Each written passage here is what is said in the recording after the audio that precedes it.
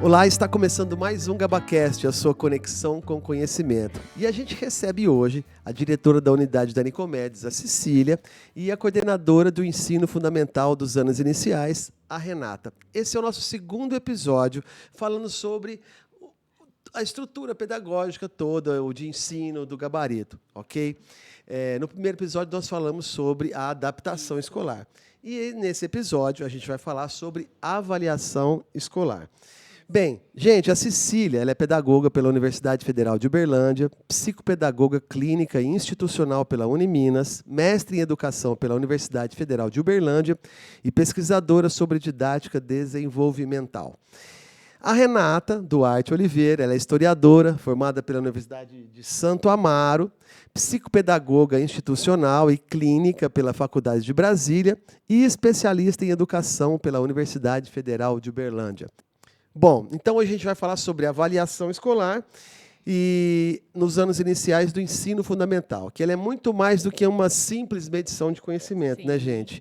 É uma ferramenta poderosa que nos permite entender o progresso individual de cada aluno e identificar suas necessidades específicas e adaptar nossas práticas pedagógicas para promover o aprendizado significativo e inclusivo. Então vamos lá. Fala para mim um pouco sobre a proposta pedagógica de ensino fundamental do Colégio Gabarito, gente. E pela oportunidade de estar aqui novamente, Eu que agradeço. falando um pouco sobre a proposta pedagógica do colégio. E aí nós vamos contar um pouquinho a história do ensino fundamental. Isso mesmo, é uma honra para nós estarmos aqui hoje. Obrigada. E o ensino fundamental, ele nasce dessa escola rigorosa e carinhosa. Lembrando que o rigor ele está nos processos, na forma que organizamos os processos dentro da escola, sim, né? E que o carinhoso está no acolhimento às famílias, aos alunos, nesse olhar atento, nessa escuta ativa. E o ensino fundamental, quando fomos pensar, né, o que oferecer para os nossos alunos, primeiro, a gente tinha que ter muito claro a nossa concepção de escola, de aluno.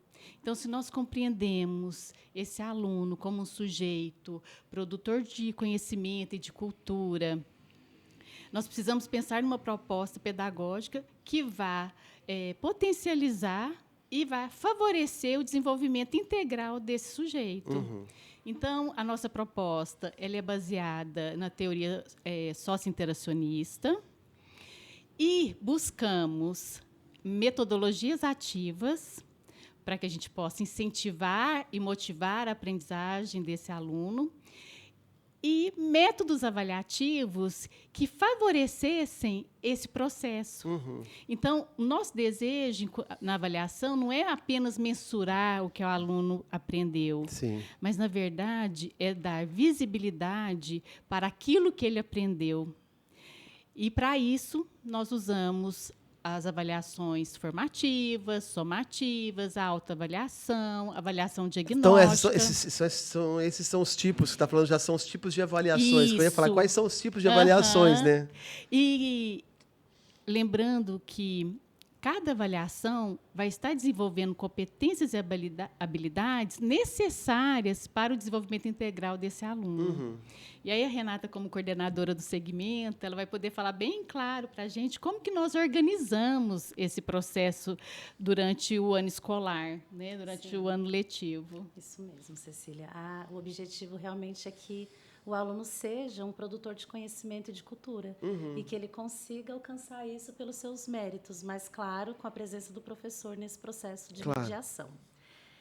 Esses tipos de avaliação que a Cecília citou, eles são aplicados ao longo do trimestre na nossa unidade em momentos específicos. Então, a atividade diagnóstica ela é no início de um ciclo, de um trimestre, para que a gente possa realmente mapear o conhecimento que o aluno já tem. Então, todos os conhecimentos prévios que ele já chega naquela série. Ao longo do trimestre ou do processo semestral, as crianças passam também pela avaliação formativa, né, Cecília? Sim. E nela, a gente tenta conduzir todo o processo de aprendizagem da criança. E, por fim, no final do ciclo, no final de cada trimestre, as crianças passam pela avaliação somativa, que essa realmente é aquela que visa realmente aplicar, né? Que o aluno consiga aplicar o que ele realmente aprendeu.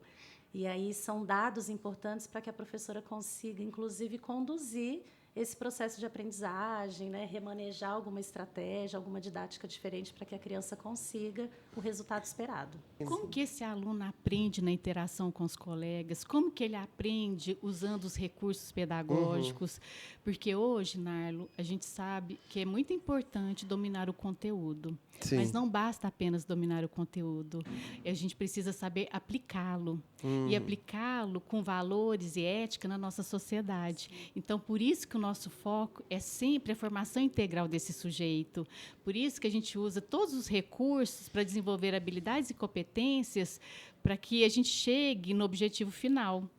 E eu costumo falar, e qual é o nosso objetivo final? É que, ao final da educação básica, esse aluno seja professor de si mesmo. Ah, que legal. Que ele tenha autonomia para buscar e construir conhecimento. Então, é um processo. Por isso que a gente fala, avaliação é um processo contínuo. Ele faz parte do momento de aprendizagem, dos momentos de interação. Então, tudo é avaliado. Mas não como aquela avaliação de uma didática tradicional, onde ela é usada como poder, né? Mas ela é usada tanto para auxiliar o aluno, como para auxiliar o professor. Sim. No seu planejamento, na busca de novas estratégias. Por isso, o uso das metodologias ativas. Né? Porque hoje, se a minha concepção de aluno é desse sujeito ativo, criativo e potente, eu não posso mais oferecer para ele apenas uma aula expositiva. Ou uma avaliação tradicional, né? E o papel do professor é ir discernindo esses momentos, os meninos e tudo. Como é que é E isso? trazer realmente essa avaliação a serviço da aprendizagem.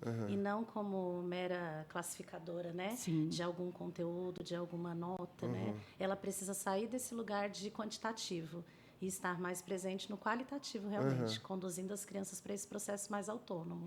E assim, quando a gente vai pensar, e quais são as habilidades que a gente desenvolve na Nos criança? meninos, Quais né? são as competências? É o autoconhecimento, é a autorregulação, é a Autoestima também, de autoestima, ser mais seguro, né? É disciplina, é responsabilidade, é um sujeito mais ativo e mais crítico, porque esse também é o nosso objetivo, formar alunos com senso crítico. Né? Até com senso de argumentação, Sim. né? Com visão de mundo, realmente. Tem que dar conta, né? Tem que dar conta dele, tem que dar conta das coisas dele, do material. Então, a gente tem todo um cuidado no processo avaliativo.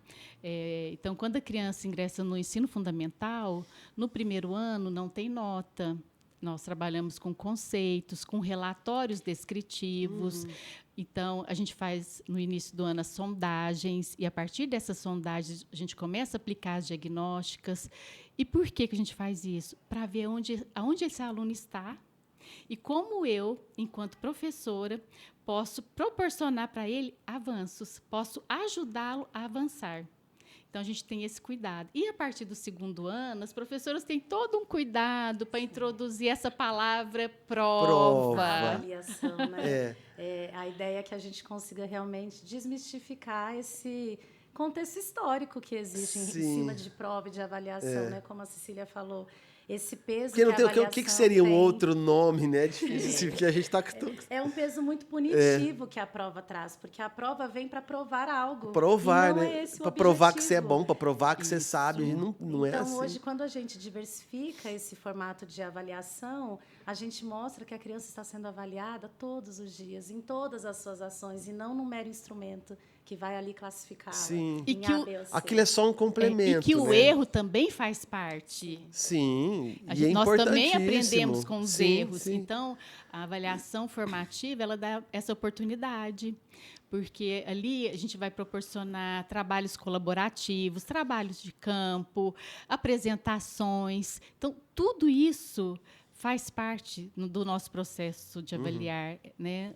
São os métodos avaliativos que nós usamos no nosso dia a dia, durante o ano letivo. Então, as crianças também vão percebendo que não tem mais esse peso. E por isso que a gente fala da E importância. daí, a partir do segundo, terceiro, elas já vão entrando nisso aí. Sim, e vai de tranquilo. No segundo ano, de uma forma leve, onde eles não percebem esse caráter punitivo e nem provador de nada. Então, a gente pensa que fazendo assim, logo no segundo ano, a gente consegue um aproveitamento muito maior nos anos posteriores. E aí, o papel do professor é fundamental. Sim. É o professor que organiza de maneira adequada esse processo. Então, é o professor que tem que estar ali observando como que esse aluno aprende, com quais recursos, e tendo esse olhar individualizado. Eu ia falar, um olhar muito mais aguçado, que tem que Isso. ter um olhar muito mais individualizado, muito mais, não é crítico, mas assim, perspicaz de cada coisinha, que, às né? vezes, vai ter um aluno que ele vai se sair muito bem na apresentação de um trabalho. E, às vezes, numa prova escrita, não tão bem.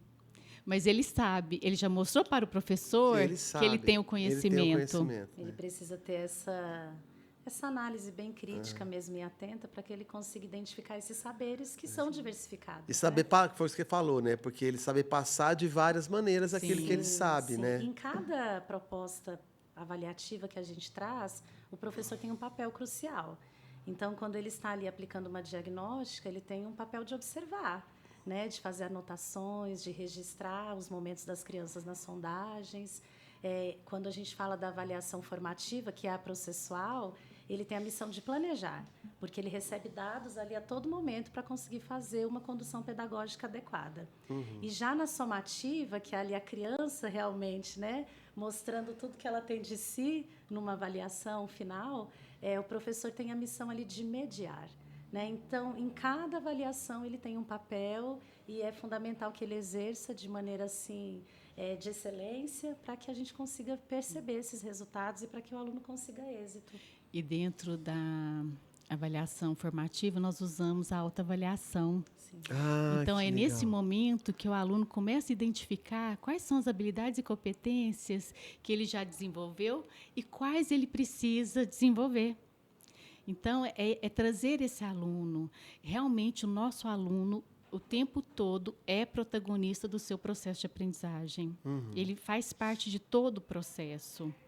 E o mais importante para nós é que ele aprenda com sentido e significado. Porque se ele aprender com sentido e significado, ele vai ser capaz de aplicar de forma adequada o conhecimento adquirido. Que legal, e vai criando base para que ele vá para o ensino fundamental 2, para que ele vá para o ensino médio, para a faculdade.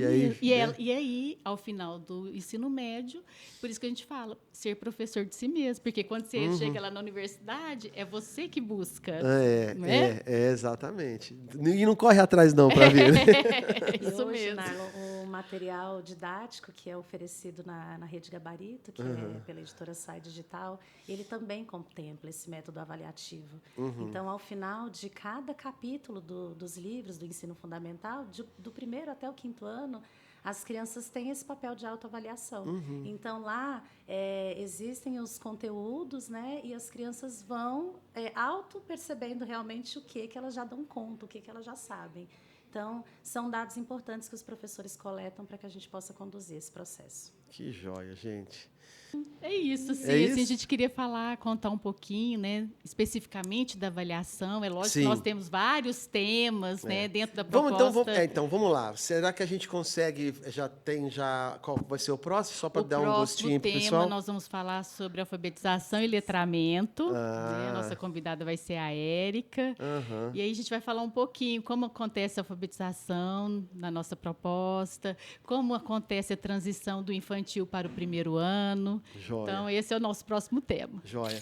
Bom, então, gente, muito obrigado por vocês estarem aqui com a gente mais uma vez. E a gente aproveita para convidar, né, quem ainda não nos conhece, que agende um horário, venha conhecer o nosso espaço físico, a nossa proposta pedagógica, que estamos, como a Flaviane falou, de portas abertas. Agradecemos muito, viu, a oportunidade. Narlon, obrigada. Obrigado, gente. Até o próximo episódio, então. Obrigada, Narlon. Até mais. Tchau, tchau.